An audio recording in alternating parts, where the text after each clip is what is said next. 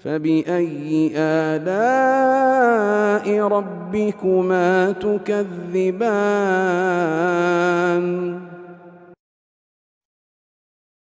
Baik, pertanyaan berikutnya masih tentang properti Ustadz.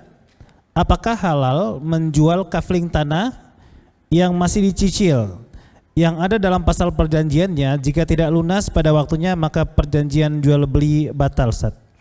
Apakah ini termasuk gharar jika menjualnya karena pembeli dan penjual masih punya hak untuk berpisah? Gimana tadi syaratnya? Saya ulang, Ustadz ya. Syaratnya? Ya, apakah halal menjual kafling tanah yang masih dicicil? Jadi tanah ini masih dicicil, Ustadz. Tapi di dalam perjanjiannya itu jika tidak lunas maka dikatakan bahwa jual beli tersebut batal. Nah, apakah batal, ini ya, maksudnya batal dalam artian apa? Tidak jadi tanahnya itu ceritanya, Ustadz. Nah itu nggak jelas ya dianya. Ya, apakah ini termasuk maksudnya gharar? batal itu apa? Duitnya dia balik, duit saya balik, atau batal dalam artian tanah itu balik, duit yang sudah dibayar sudah jadi hangus begitu. Nah itu akad perlu dirinci ya untuk itu. Jadi saya jawab begini. Nah, asalnya orang yang sudah beli barang walaupun dengan cara cicil itu sudah jadi milik dia. Jadi membeli itu dua konsep membeli. Konsep pertama dia beli secara cash. Dan konsep yang kedua dia beli secara beransur.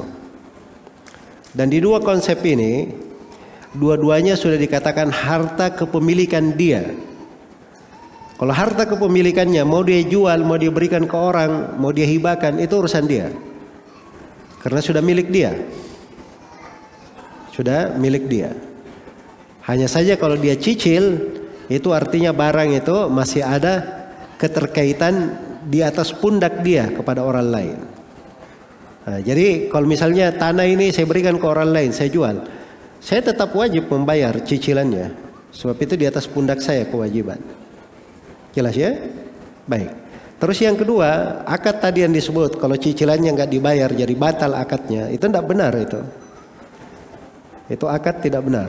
Karena saya tadi sudah katakan bahwa cicil itu artinya sudah terjadi transaksi jual beli. Jadi kalau dia tidak sanggup bayar, itu namanya percekcokan antara dua orang. Diselesaikan dengan kaidah suluh.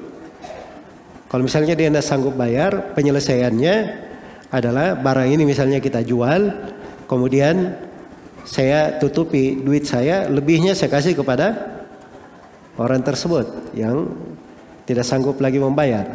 Nah, itu mungkin konsep suluh namanya, perdamaian. Iya. Tapi kalau dia bikin akad seperti itu dia buat dua akad namanya. Ada akad jual belinya, ada akad membatalkannya. Bagaimana caranya? Iya. Baik. Karena itulah saya nasihatkan ya untuk teman-teman di sektor jual beli, jangan memberi akad-akad yang tidak sesuai dengan syariat.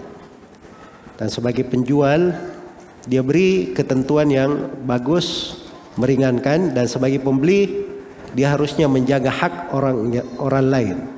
Dia menjaga yang hak si penjual.